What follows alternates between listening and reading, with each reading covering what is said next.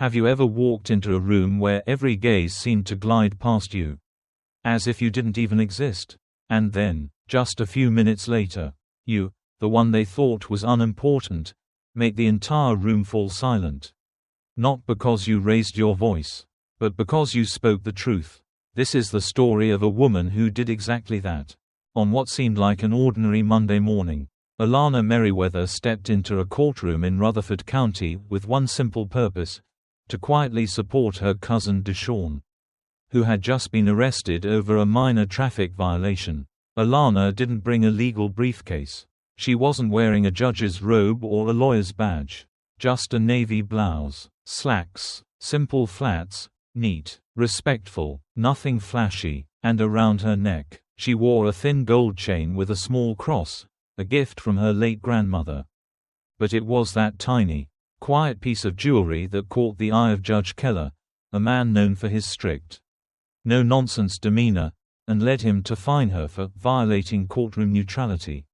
In front of a room full of people, he assumed she was just another woman, someone who didn't know the law, someone who wouldn't dare challenge authority. But he was wrong. Alana stood up. She didn't argue, she didn't raise her voice. She simply asked, "Your Honor, may I see the specific rule that authorizes this fine?" And from that moment on, the entire room began to shift. Alana Merriweather didn't step into life wearing a power suit or holding a Harvard diploma. She grew up in a modest neighborhood in Jackson, Mississippi, where hot summer nights were eased by the hum of overworked fans and whispered prayers over simple dinners. Her mother, Denise, worked the night shift as a nursing assistant. Her father left when Alana was just 8 years old. Life was never easy, but there were always two things in the house: discipline, and an old, worn Bible beside the bed. From a young age, Alana had a habit of asking questions. Why did the white neighbor get off with just a warning for a traffic violation? Why did her mother have to work 2 jobs and still struggle to pay rent? And why, in class, was she always called the smart girl instead of a future leader? She didn't study law to become a successful attorney. She studied law because she wanted to understand the system, the same system that had silenced her mother too many times, and made too many people like her quietly wonder, do I even deserve to be heard?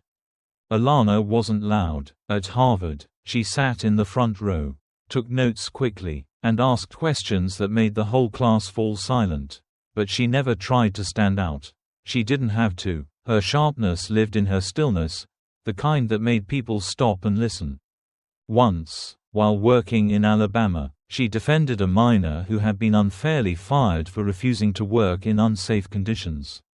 Not only did she help him win the case, she forced the company to revise their entire safety protocol. But Alana didn't post about it online. She didn't hold a press conference.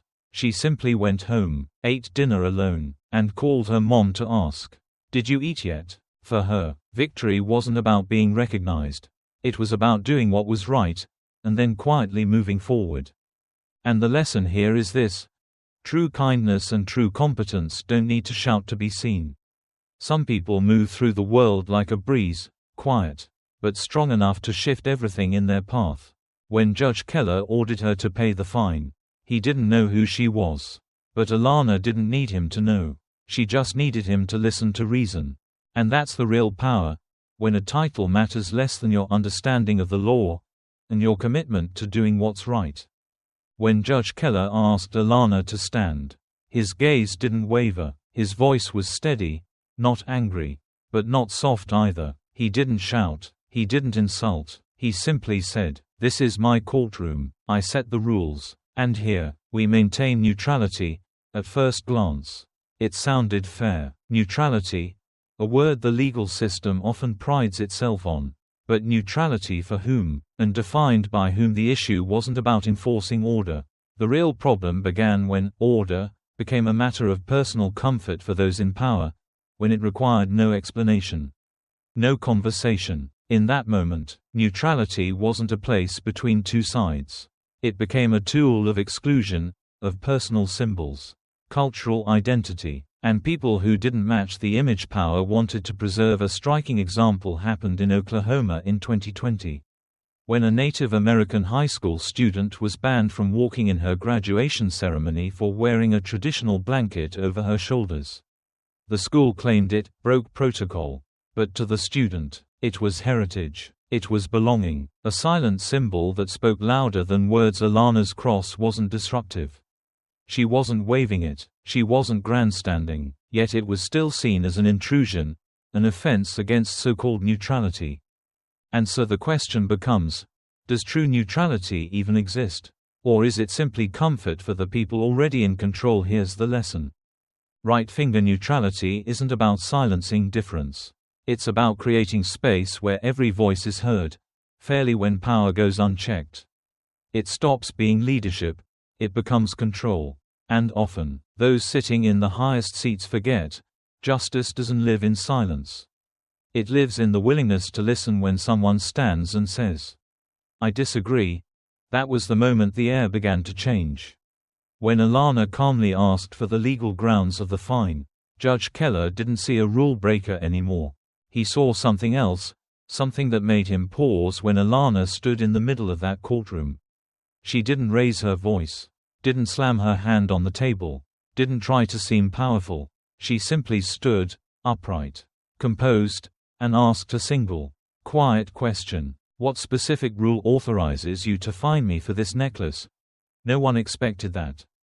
Partly because she was a woman, partly because she was black, but mostly because they assumed she would stay silent, like so many others who had been made to shrink in the face of authority and quietly sit down. But Alana chose differently, not through confrontation, but through presence. She didn't use anger to resist. She used understanding. She didn't try to prove she was right. She asked a question that made others confront the possibility they might be wrong. That is the power of calm resistance, when you don't need to shout, yet still make everyone stop and listen. The way she stood, steady. The way she spoke, clear. The way she didn't back down, not aggressive, but unwavering. Every movement felt like it had been practiced for years, not in courtrooms, but in everyday moments. When she was called young lady in meetings, when male colleagues were trusted over her despite her being the one making the decisions. There was a story from her student days. In one of her constitutional law classes, a male student kept interrupting her every time she spoke. Alana didn't argue. The next week, she submitted a legal analysis so sharp that the professor used it as a reference for the entire class. No one interrupted her again. That was her way. Not with noise, but with value. The lesson here is simple. Right-finger resistance doesn't have to be loud. Sometimes, quiet strength paired with deep knowledge echoes louder than any shout. And on that day in the courtroom, it wasn't shouting that made Judge Keller pause. It was her silence, informed, unwavering, undeniable. The people around her no longer saw the woman in the second row. They saw someone they hadn't expected. And then came the pivotal moment. Alana revealed who she really was, a constitutional attorney. Harvard law graduate, defender of civil rights. The room froze. And for the first time, they truly saw her. There's something about people who truly understand the law. They don't need to shout to prove they're right. They just need the right question, asked at the right moment, and suddenly, the system has nowhere left to hide. When Alana revealed she was a constitutional attorney, a Harvard graduate, licensed to practice in 3 states, including Tennessee, the air seemed to leave the room. The initial assumptions, the unspoken judgments, crumbled in silence. And then she did what she does best. She reasoned. But what stood out wasn't just what she said, it was how she said it. No defiance, no arrogance, no threats. She simply pulled out a printed motion from her handbag and spoke. "Your Honor, I've reviewed Mr. Deshawn's arrest report, and based on 3 recent rulings by the Tennessee Supreme Court, a warrantless search under these conditions constitutes a violation of the Fourth Amendment." Every word she spoke was like laying bricks, steady, precise, unshakable. No dramatics, no grandstanding, just facts that no one could ignore. Then she continued, "The charge of resisting arrest lacks any supporting video evidence. The officers were wearing department-issued body cams. Without footage, how can we conclude what happened?" Her tone made even the prosecutor stop writing. Judge Keller took the motion from the clerk and read quickly, the sternness on his face softening into something else. Focus. Respect this. This was Alana's mindset. She didn't appeal to emotion. She didn't perform. She outlined truth and structure. And she believed that if the law was seen clearly, justice would follow. The takeaway here is this. Right finger knowing the law isn't about winning arguments, it's about leveling the field. Especially for those who've never had a voice in rooms like that when the ruling came that the resisting arrest charge was dropped. And Deshawn received only a warning for a faulty taillight. The people in the room realized they hadn't just witnessed a typical hearing. They had witnessed a woman do something extraordinary, with extraordinary calm, but Alana wasn't finished. Before returning to her seat, she turned and said, gently but firmly, Your Honor, I'd like to formally challenge the fine issued for wearing my necklace. And with that, a much bigger conversation was born, about freedom, visibility, and the way quiet voices can reshape the very systems that once tried to silence them. Sometimes, to change the atmosphere in a room, you don't need to slam your hand down or raise your voice. You just need to say the right thing at the right time. When Alana challenged the fine over her small gold cross, the entire courtroom seemed to hold its breath once more, not because they expected a heated argument, but because they realized they were witnessing something rare. Someone was finally saying out loud what many had only dared to think. She didn't just oppose the fine. She laid out the facts. There was no posted policy, no prior warning, no legal basis, and then she cited a Supreme Court decision, County of Allegheny versus ACLU, in which the court affirmed that government institutions must be neutral toward religion, not hostile to it. With a calm, measured voice, Alana helped everyone in the room see. This wasn't personal. This was about how power chooses to wield itself, behind the mask of procedure. That's when the dominoes began to fall. The prosecutor stopped writing. The bailiff, who had earlier enforced the judge's command, now leaned subtly toward the bench, as if waiting to see what would happen next. Some observers in the gallery began to whisper, not in scandal, but in human recognition. They saw something happening that could not be ignored, and then something no one expected took place. Judge Keller withdrew the fine. No excuses. No stern rebuttal. Just a short statement. The fine is withdrawn. It will not appear on the record. One sentence. But it carried with it the weight of admission, even if unspoken, that he had been wrong. And in a courtroom, a space defined by control, tradition, and rigid hierarchy, a moment of reversal from the top was itself a form of justice. Here's the real takeaway. When you stand up, not to win, but to speak truth, you create movement. And that movement doesn't stop with you.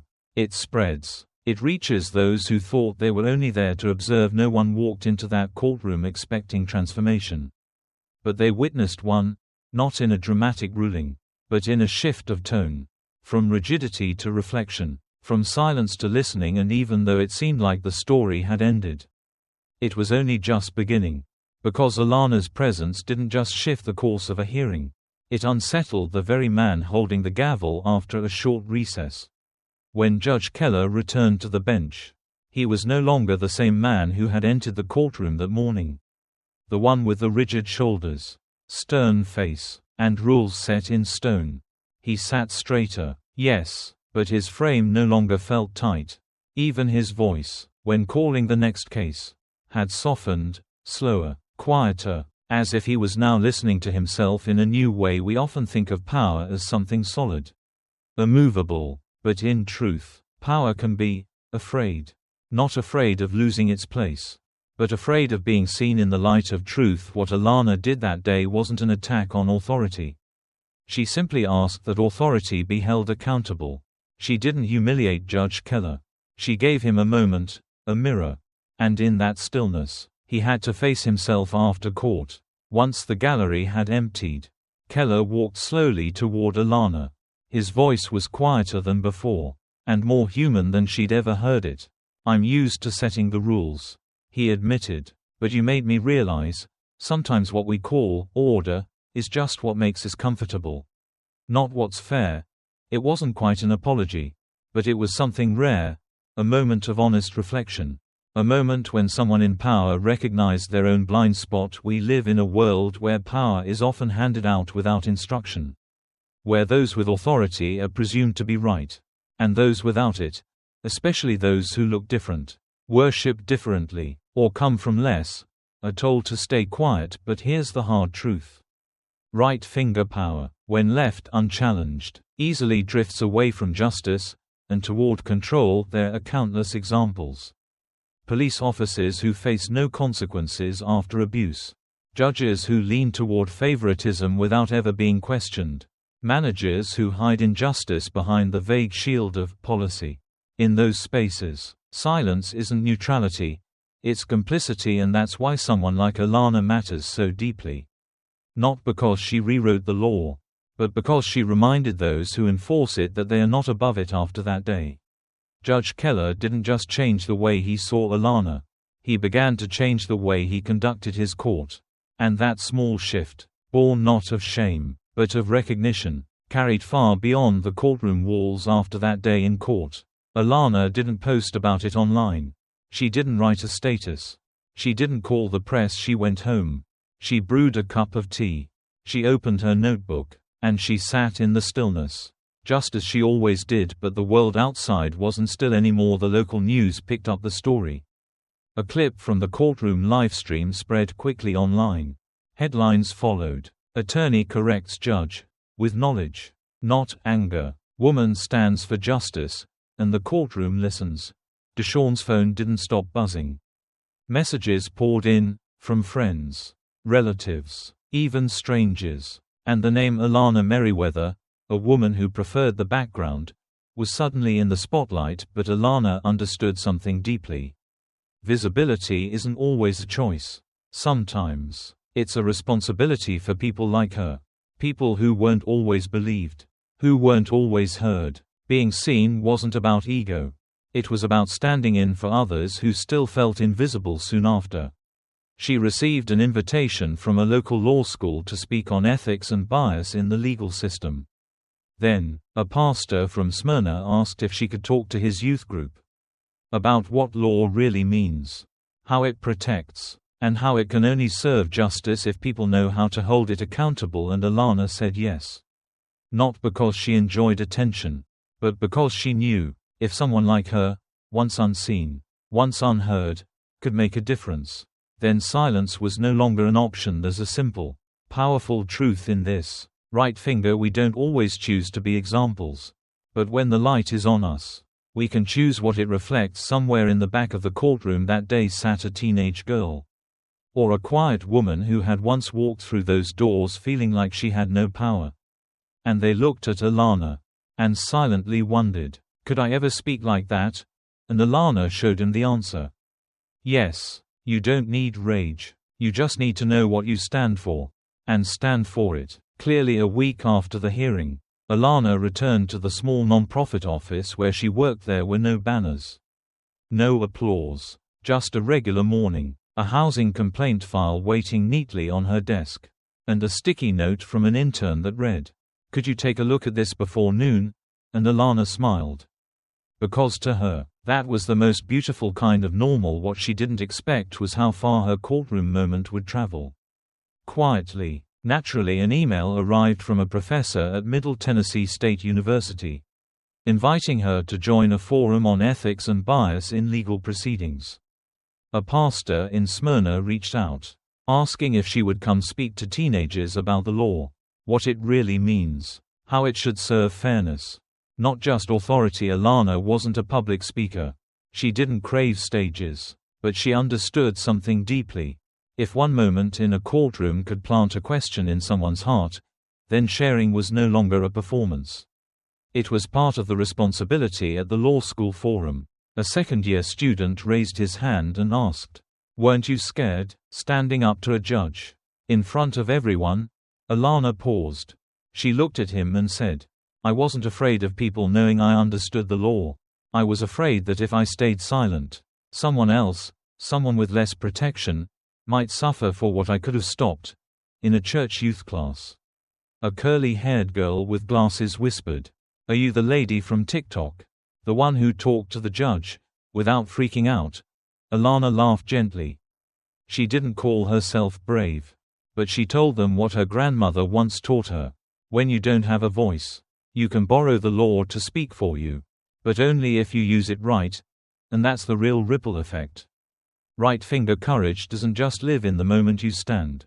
It lives in the quiet belief you plant in someone else, that maybe, just maybe, they can stand too when you plant the right action in a difficult space. You don't control where it grows. Sometimes, it takes root in a classroom. Sometimes, in a late-night text from a single mom. Sometimes, in the eyes of a child who once believed justice wasn't made for people like them, and then one quiet Friday afternoon, Alana came home to find a plain envelope taped to her front door, no return address. Just her name. Typed neatly on the front inside was a short, typed note. "I've revised the courtroom conduct guidelines. Religious symbols, unless disruptive, will no longer be penalized. RK, no apology. No grand statement." But for Alana, it was enough, not a victory. A shift, a quiet confirmation that sometimes one right question can move something that's been unmoved for years.